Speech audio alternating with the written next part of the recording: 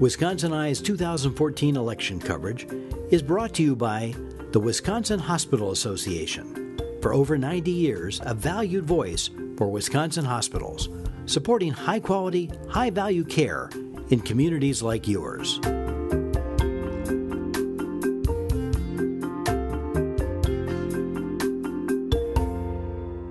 Wisconsin Eye coverage of the 2014 elections continues with an interview with Mr. Chris Miller of Laval. He's a Democrat running in the 50th Assembly District. Chris, welcome to Wisconsin Eye. Thank you very much, Steve. And a programming note, Wisconsin Eye appreciates the support of the Wisconsin Hospital Association, which represents more than 139 hospitals and health systems, for making these candidate interviews possible. Chris, first run for the Capitol, partisan office? Yes, it is. Well, we have a tradition. Give us the short version of your background. Well, I grew up in Davenport, Iowa. My dad was a pastor. My mom was a faithful pastor's wife. We moved to Wauwatosa in 1967, and I went to Carthage College in Kenosha. I went to seminary in Chicago, met my wife as a fellow seminarian there. We were going to be a clergy couple, but she did not. We had a child, and then she's been with me for the 35 years that I've been in ministry. The last 10 were in Loganville. 10 before that was Mineral Point. Okay. Otherwise, I've been in other places in Wisconsin, one in Iowa, and one in Missouri. Well, I want to ask you why you chose to run, but I want to use a quote from your website to ask that. Ready? Greed and gain have overtaken good sense, and fear-mongering has replaced problem-solving. Wow. Well said. That's from your website, so it must be well said. No, specifically, what decisions or public policy changes got you into this race, Mr. Miller? Well, Act 10 was pivotal. There's been a growing displeasure for the way the climate has been in our state and our national legislatures, and the mood in the country, that I felt that if I could help more people by being in the assembly and working for people, that might make things more palatable for us in our rural communities and rural counties and rural district that I am in the 50th. And so being in a position of 65 years old with the possibility of receiving Social Security and my pension, this was made possible. Otherwise, it was the furthest thing from my mind a year and a half ago. Okay. So you'd like to see more camaraderie, working together, compromise in the Capitol? Problem solving, not finger pointing. I have always had to bring people to the table to problem solve, to overcome the differences of rich and poor, young and old, Democrat, Republican, and for the sake of my congregation and the church, but also our individual and our faith life and for our families. So, okay. As you talk to the voters in the 50th, do they list the school systems and rural schools as one of the issues? Because I wanted to ask you about it. Is that the top issue? The top issue. Then what do you think, if you're a member of the Assembly, what are you going to push in terms of advocating for the rural schools in your district? Well, we need to work on the funding formulas. They're decades old. We need to take into account the transportation factors that are such a big part of our rural school districts, that as we come together and solve those problems, it's going to become easier for us to work with our students, our parents, our families, and our communities and our districts, and have a more pleasurable, successful outcome for our public schools. Is it a matter of more money or a new school aid formula? A new school aid formula will generate or give back more money, but it's also the siphoning off of the voucher program monies. That's too. where I'm going next. Are you you're not a fan of the voucher and choice program? I am not a fan of vouchers. It's creating a parallel school district that we can hardly afford to do what we need to do for our public school kids without giving to the voucher schools, and already 75% of the kids involved in voucher schools were there prior to the voucher program from the state. So folks were able to make that decision and make those financial choices prior to this, and that we are forcing our parents to pay for extracurricular activities, whether it be sports or concerts or music programs, and it's becoming a burden. In the next budget, would you, as you're well aware, there's a $1,000 enrollment cap outstate on the choice students. Would you in the next budget move to get rid of that $1,000 cap, and would you keep it just in the two large cities in southeast Wisconsin, or would you just get rid of it entirely? That would be preferable in Racine and Milwaukee, yes. All across the state? Yes. Okay. Recently, Governor Walker asked the legislature to repeal or withdraw from the Common Core standards. Do you have a position?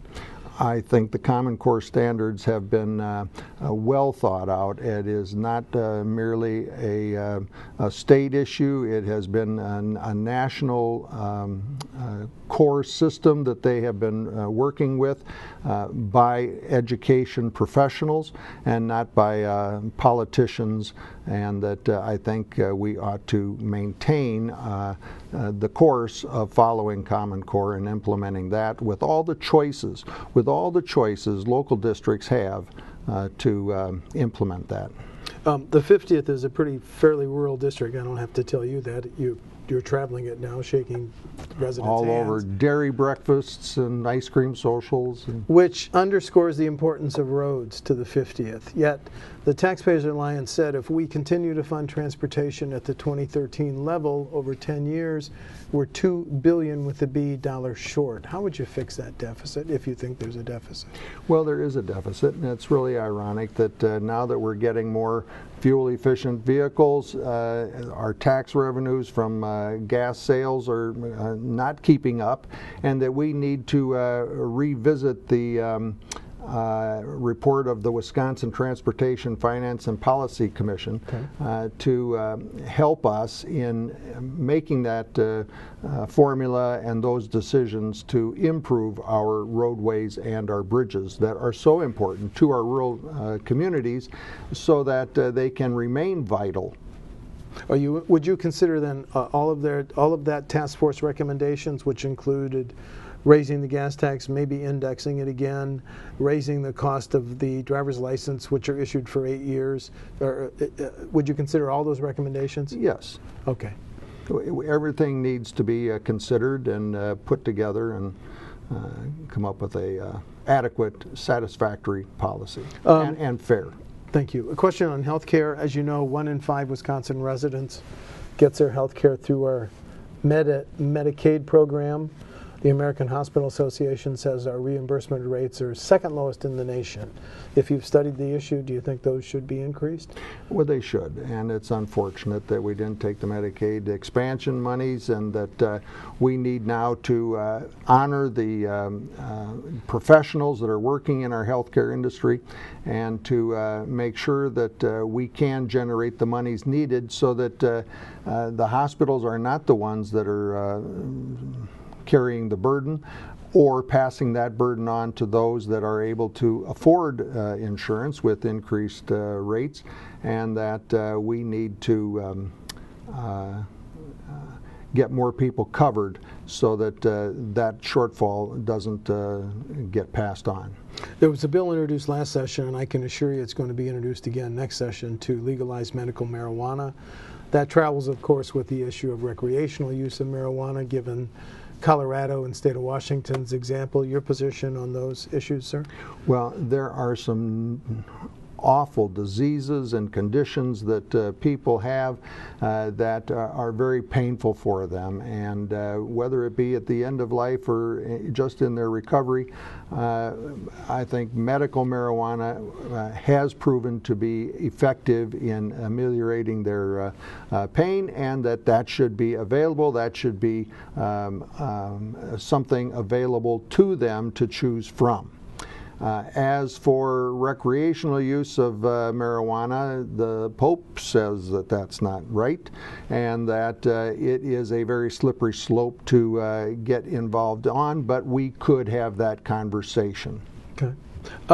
Is frac sand an issue in the 50th, sir? Not immediately. There are open frac sand mines in Trempealeau and other districts nearby, but that we are in that premium frac sand belt zone, and that we need to consider that very carefully, and that the Department of Natural Resources and the Department of Health Services need to be very much involved in that, so that we can assess the toll and the cost to our water and our groundwater, our surface water, as well as our air. And there seems to be two approaches on that frac sand. I want to pursue it a little bit. There are some in the Capitol who would write a universal state standard which would preempt local ordinances.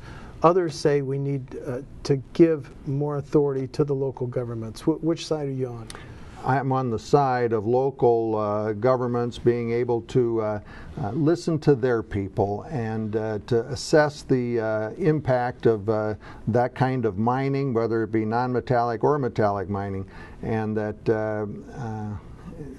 because people are living there, and so much of Wisconsin economy rests with tourism, that we need to weigh that in our decisions, whether it is for skiing down slopes or splashing in waters or fishing, etc. I believe our local people, when they have the burden of responsibility to make those decisions, will consider the facts and make proper decisions. You mentioned metallic mining. One of the first bills passed in the last session allowed Gogebic Taconite to seek a permit for that open pit iron ore mine in Ashland and Iron counties.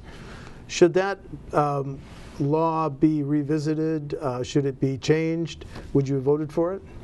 No, and I think that it's just not right for corporations to be writing the laws for our state, and that we need to revisit the science and protect our environment, because that is such a vulnerable area with the river and the Lake Superior so close. Okay. It was an issue in the Democratic primary for Attorney General, so I'm asking candidates, should first offense drunken driving be a crime? Mr. Miller? Well, it is, and we need to take a very serious look at the repetitive offenders and make sure that we can do all we can to prevent that kind of multiple offenses, and we are just lucky if someone's first offense or second offense does not result in personal injury or fatality, that we need to work in partnership like the state and the Tavern League has in their rideshare program, and do other things that we can to help people, because addiction and drinking and under the influence are addictions and problems, and help people so that that does not become our problem beyond their problem. Okay, two final questions. I've talked about a lot of issues. Is there any issue central to your campaign I haven't brought up, sir? I want to give you a chance to. Well, on my doorstep, I talk to people about wanting to fix our public schools, not starve them, to improve our local economy so that when our kids do graduate from high school or college or some other technical school, they can return to their rural communities and continue the rural heritage that we have, having a living wage job. And then we have a growing population, elderly population in Sauk County. It is, I'm not sure why all the factors are, but 1 in 5 are elderly over 60, and so we need to anticipate their non-medical transportation needs, nutrition needs, other needs as well, and that I always say that we need to balance the need for industry and jobs with protecting our environment, because I don't think our environment is expendable. We can't go out and buy a new one if we mess this one up. Okay. So we need to balance that.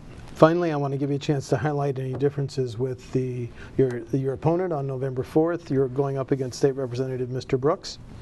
Well, Ed has served 3 terms, and that he has voted in lockstep loyalty with his party. And if you think the Republican message and the Republican plans and that are the way we should be going, then I would not be a suitable alternate.